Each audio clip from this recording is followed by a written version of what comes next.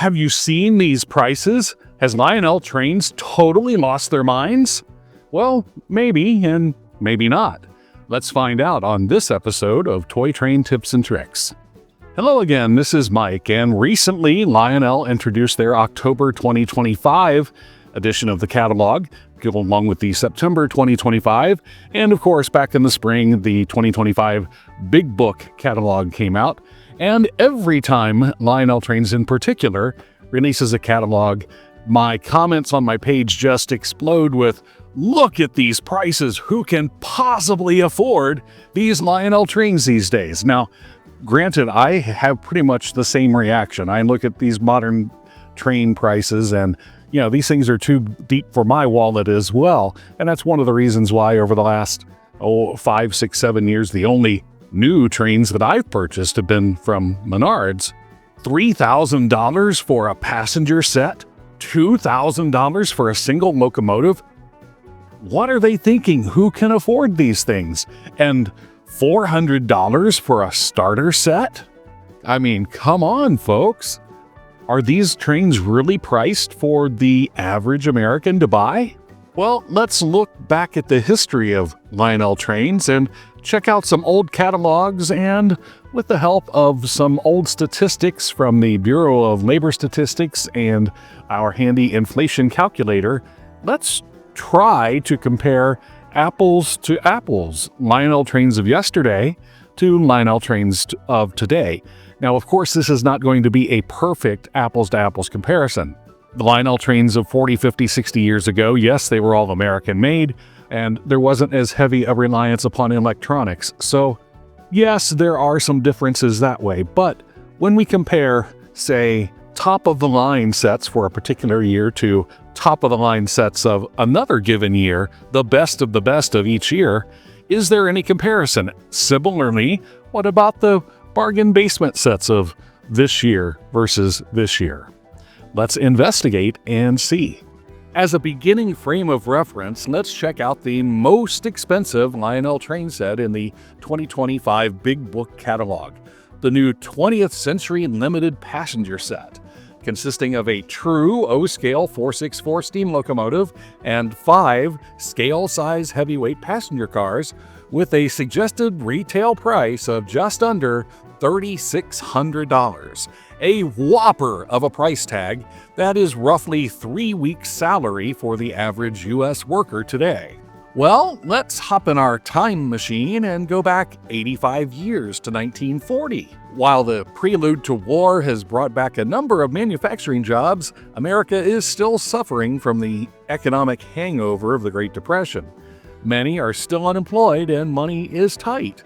So what was the top-of-the-line Lionel Train set of 1940? Well, it was the number 707W freight set, led by a scale-sized number 700 New York Central style 464 steam locomotive, the same prototype as our 2025 model. Tagging along are a scale-sized hopper, a scale boxcar, a scale tank car, and a scale-sized caboose. Unlike the 2025 set, this set did include an oval of T-rail track. And the price? $97.50. Now, while a scale Hudson set for under $100 sounds like a steal to us today, remember this was 1940, and $100 was a lot of money. In fact, for the average American worker at the time, if you were lucky enough to have a job, it was a full month's pay. For a toy train? Who could possibly afford such a thing? When the total cost of living and relative average wages are compared, the 2025 set is actually the less expensive of the two, despite having more features. Well, certainly things must have improved after the war, right? So let's move on to 1948, where we find that, well, things really haven't changed much.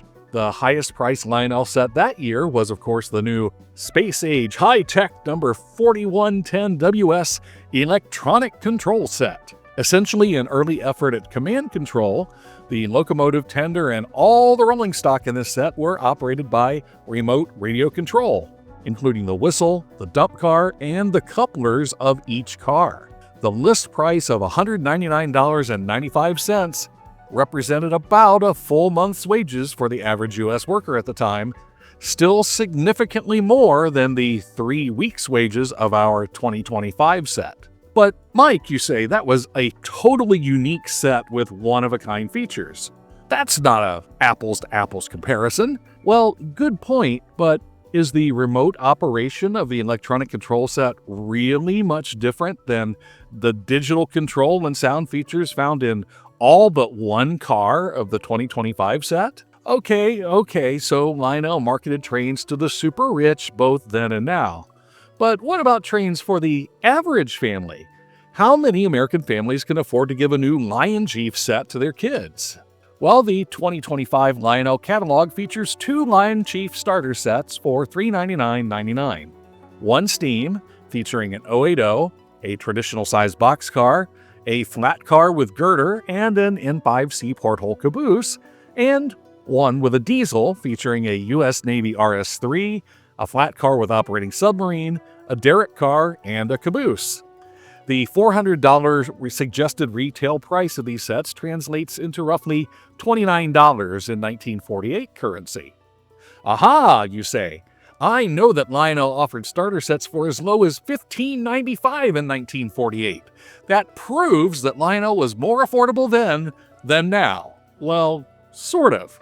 And I'd like to pause the video for just a moment and ask that if you're enjoying the video so far, please like it, share it, subscribe to the channel, just let YouTube know that you like this type of content. And you may even consider supporting the channel financially through a membership. Members have access to exclusive video content, early access to regular videos when possible, plus shout outs, special messages, special photos, and other special features. Just click on the membership button at the bottom of the video near the subscribe tab.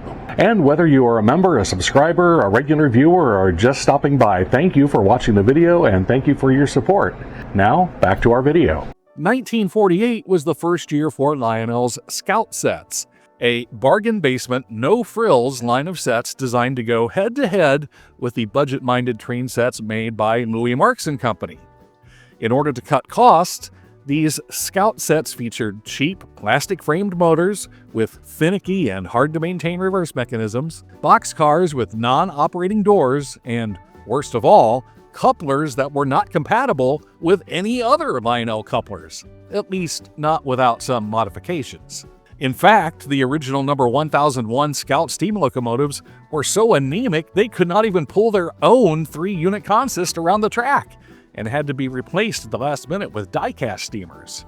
When all of these factors are considered, you can't really compare today's Lion Chief sets with the 1948 Scout sets. But did Lionel catalog a $29 train set in 1948?